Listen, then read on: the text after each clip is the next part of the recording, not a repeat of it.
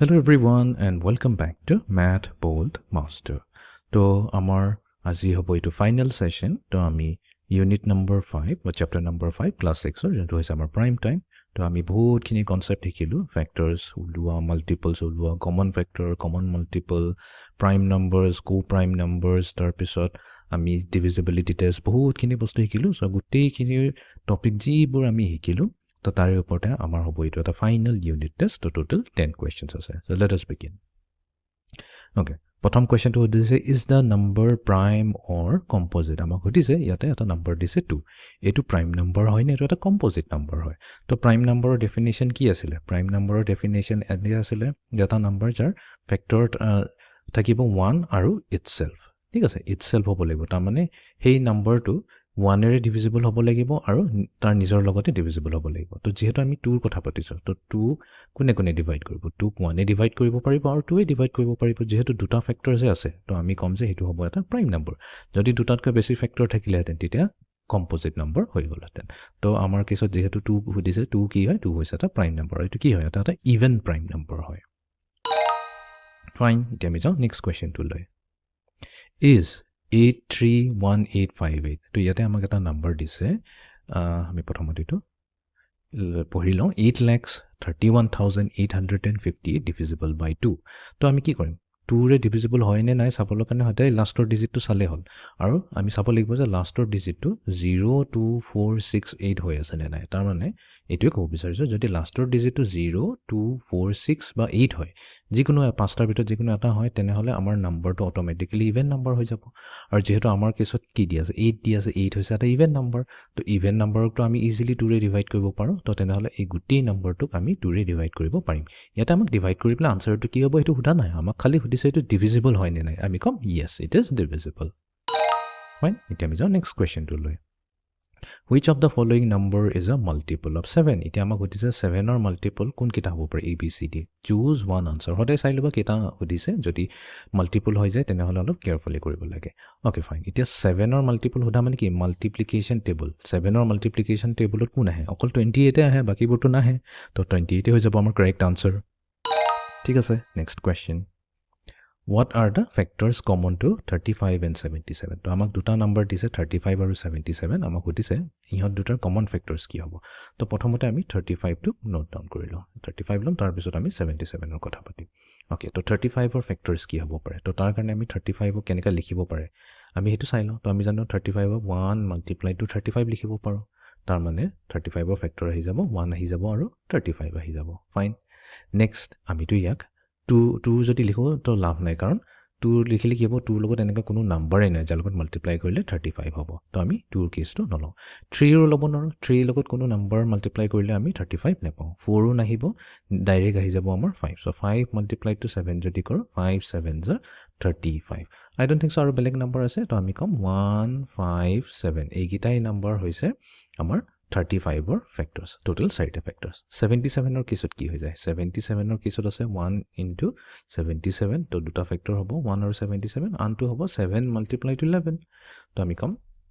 1 7 11 আৰু 77 এইকেইটা হৈ যাব আমাৰ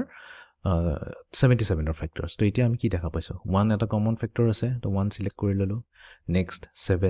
7 কমন ফেক্টৰ আছে ঠিক আছে 7 আছে আৰুতো বেলেগ নাই 11 আৰু 5 নাই 11টো আমাৰ 77ত ফেক্টৰ হয় বাট 35ৰ ফেক্টৰ নহয় চিমিলাৰলি 5টো আমাৰ 35ৰে ফেক্টৰ হয় 77ৰ ফেক্টৰ নহয় তো তাৰ মানে ইয়াতে দুটাই কাৰেক্ট অপশ্যন হ'ব 1 and 7 ঠিক আছে next question Camellia tried to shade only composite numbers on the 100 chart তো ইয়াতে আমাৰ 100ৰ চাৰ্ট দিয়া আছে আৰু Camellia কি কৰিছে কম্পোজিট নাম্বাৰবোৰক হেৰি কৰিছে চিলেক্ট কৰিছে বাট তাই কি কৰিলে ভুলতে এটা মিষ্টেকো কৰিলে তো ইয়াতে কি আছে তাই এইকেইটা তিনিটা নাম্বাৰ চিলেক্ট কৰিলে কম্পোজিট নাম্বাৰ কি হয় কম্পোজিট নাম্বাৰ যাৰ দুটাতকৈ বেছি ফেক্টৰ্ছ থাকে more than two ফেক্টৰ্ছ ঠিক আছে তো জেনেৰেলি আমি প্ৰাইম নাম্বাৰবোৰক যদি গুচাই দিওঁ আমাৰ তাত থাকি যাব কমন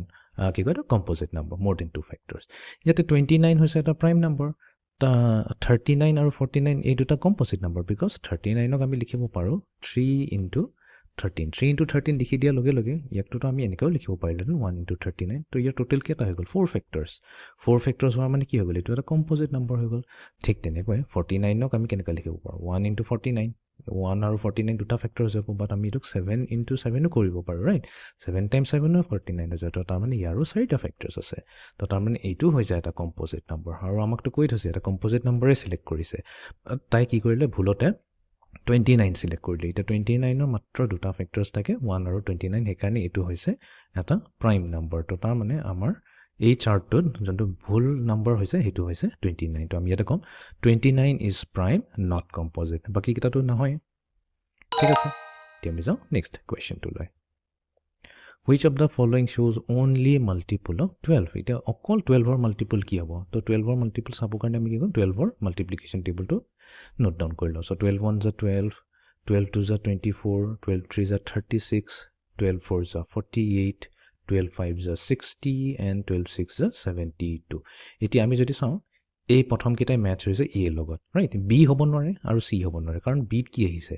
12 আছে ঠিক আছে বাট 18 আহি গ'লতো 18 তো ইয়াত নাই ফেক্টৰছে নাই সো 18 যেহেতু নাই তো এটো মাল্টিপল হ'বই নোৱাৰে 12 ৰ সি যদি চাওঁ 1 2 3 4 6 এইকেইটা দিছে এই প্ৰথম পাঁচটা নম্বৰ যেকেইটা আছে এইটো আমাৰ 12 ৰ টেবলছত নাহি তো সেইকাৰণে বি আৰু সি হ'ব নোৱাৰে এ হৈ যাব কাৰেক্ট আনসাৰ ফাইন এতিয়া যাওঁ next কোৱেশ্চনলৈ are all even numbers composite তো ইয়াতে সুধিছে জানো সকলোবোৰ ইভেন নম্বৰ কম্পোজিট হ'ব জানো ইয়াতে এটা প্ৰবলেম হ'ল যদি আমি জানো প্ৰাইম নম্বৰ কি হয় 2 হৈছে এটা প্ৰাইম নম্বৰ 2 হৈছে এটা প্ৰাইম নম্বৰ আৰু এটো কি হৈছে ইভেন নম্বৰ হৈ গৈছে তো এটো এটা এক্সেপশন আছে এটো সদায় মনত ৰাখিবা 2 এটাই এক্সেপশনাল প্ৰাইম নম্বৰ হয় যোনটো ইভেন নম্বৰ হয় বা আমাক হৈছে all even numbers are composite বাকিবোৰটো প্ৰবলেম নাই 4 লওঁ 6 লওঁ 8 লওঁ বাকি যিবোৰ লওঁ এইবোৰ সব 2 ৰে ডিভাইড কৰিব পাৰি সেইকাৰণে সেইবোৰ কম্পোজিট নম্বৰ হৈ যায় বিকজ ইহঁতৰ মোৰ দেন 2 ফেক্টৰছ হৈ যাব বাট 2 এটা হৈছে যোনটো প্ৰাইম নম্বৰো হয় ইভেন নম্বৰ সেইকাৰণে আমি এটো ক'ব নোৱাৰো যে all even numbers are composite know some even numbers are composite ঠিক আছে right next question are 7 and 11 co-prime আমাক সুধিছে 7 আৰু 11 co-prime হ'বনে নাই yes হ'বই লাগিব because 7 হৈছে এটা প্ৰাইম নম্বৰ আৰু 11 হৈছে এটা প্ৰাইম নম্বৰ ঠিক আছে জেনাৰেলি প্ৰাইম নম্বৰবোৰ co-prime হৈ যায় কিলে 7 ৰ আমি লিখিব পাৰো 1 multiplied to 7 আৰু এফালে 11 ক লিখিব পাৰো 1 multiplied to 11 সো যদি ফেক্টৰ চাও অকল 1 ই কমন ফেক্টৰ আছে co-prime হোৱাৰ মেইন ক্ৰাইটেৰিয়ানটো আছিল যে দুটা নম্বৰৰ যদি কমন ফেক্টৰ অকল 1 হয় তেনেহলে সেই দুটা নম্বৰ co-prime বুলি কোৱা হয় and anyway 7 যেহেতু প্ৰাইম নম্বৰ হয় আৰু 11 ও প্ৰাইম নম্বৰ হয় দুটা প্ৰাইম নম্বৰৰ মাজৰ কমন ফেক্টৰ খালি 1 এই থাকিব আৰু একো নাথাকে সেইকাৰণে ইহঁত দুটা অটোমেটিক্যালি co-prime হৈয়ে যায় ঠিক আছে next question what is the prime factorization of 54 এতিয়া আমাক সুধিছে 54 ৰ prime factorization কি হ'ব তো 54 ক আমি ফেক্টৰাইজ কৰি লম হেৰি কৰি সো আমি যদি 2 ৰে ডিভাইড কৰো 54 তো 54 ডিভাইডেড বাই 2 হৈ যাব আমাৰ 27 ঠিক আছে তো 2 হৈ গৈছে এটা প্ৰাইম নম্বৰ এখিনি পাৱাৰ ব্ৰাঞ্চ না যায় বিকজ জানো প্ৰাইম নম্বৰক আৰু আমি ফাৰ্দাৰ ফেক্টৰাইজ কৰিব নোৱাৰো বাট 27 ক পাৰিম তো 27 ক আমি 3 ৰে 2 ৰে তো নোৱাৰো বাট 3 ৰে পাৰো 3 9 যা 27 হৈ গ'ল তো 3 প্ৰাইম নম্বৰ হৈ গ'ল আমি এখিনতে ৰখি যাম বাট 9 প্ৰাইম নম্বৰ নহয় 9 কম্পোজিট নম্বৰ হয় তো আমি কি কৰিম ইয়াক আৰু ফাৰ্দাৰ ফেক্টৰাইজ কৰিম এটো হৈ যাব 3 multiplied to 3 এই দুটা হৈ গ'ল 9 ৰ ফেক্টৰছ তো আমাৰ টোটাল ফেক্টৰ কি হৈ গ'ল 2 3 3 3 তো আমি এটো লিখিম 2 multiplied to 3 multiplied to 3 multiplied to 3 এটোৱে হৈ যাব আমাৰ ফেক্টৰাইজেশ্যন তো ইয়াতে আমি লিখিব লাগিব আমি ক্যালকুলেটৰটো লৈ লওঁ 2 multiplied to 3 তিনিবাৰ আহিছে তো 3 times 3 times 3 ঠিক আছে এতিয়া আমি যাওঁ লাষ্ট কোৱেশ্চনটো লৈ which equation best shows that 48 is a multiple of 3 তো ইয়াতে আমি আমাক সুধিছে 48 is a multiple of 3 ইয়াতে আমাক চাৰিটা ইকুৱেশ্যন দিছে কোনটো হ'ব পাৰে ফাৰ্স্ট অফ অল মাল্টিপল বুলি কৈ দিয়া লগে লগে আমি বি আৰু ডি টো গুচাই দিব পাৰো বিকজ ইয়াতে মেডিশন সাবট্ৰেকশন হৈছে এইকেইটা অপাৰেশন কথা নাহি মাল্টিপলছৰ ক্ষেত্ৰত আইদাৰ মাল্টিপ্লিকেশ্যন আহিব পাৰে নহলে ডিভিজন আহিব পাৰে তো ইয়াতে কৈছে 48 is a multiple of 3 48 is a multiple of 3 এটা মানে এইটো এনেকাও ক'ব পাৰো যে 3 is a factor of 48 হেতু ক'ব পাৰো বা আমি এটো ক'ব পাৰো যে 3 এৰ মাল্টিপ্লিকেশ্যন টেবুলত 48 আহিব ঠিক আছে 3 এর মাল্টিপ্লিকেশ্যন টেবুলত 48 আহিব বা আমি এনেকা ক'ব 48 is a multiple of 3 তাৰ মানে 48 divided by 48 divided by আমি কি নাম্বাৰ হ'ব such that সেই নাম্বাৰটো আমাক দিব 3 তো আমি জানো সেই নাম্বাৰটো হৈ যাব 16 তো 48 ডিভাইডেড বাই 16 যদি কওঁ তেনে অবভিয়াছলি ইকুৱেলছ টু 3 হ'বই অন আদাৰ ৱৰ্ডছ আমি কওঁ 3 কাৰ লগত মাল্টিপ্লাই কৰিম 3 টেবুলত কাৰ লগত মাল্টিপ্লাই হ'ব such that আমি 48 পাই যাম বিকজ ইয়াতে কৈছে 48 ইজ আ মাল্টিপল অফ 3 সেই নাম্বাৰটোৱে হৈ গৈছে আমাৰ 16 তো 3 into 16 হ'ব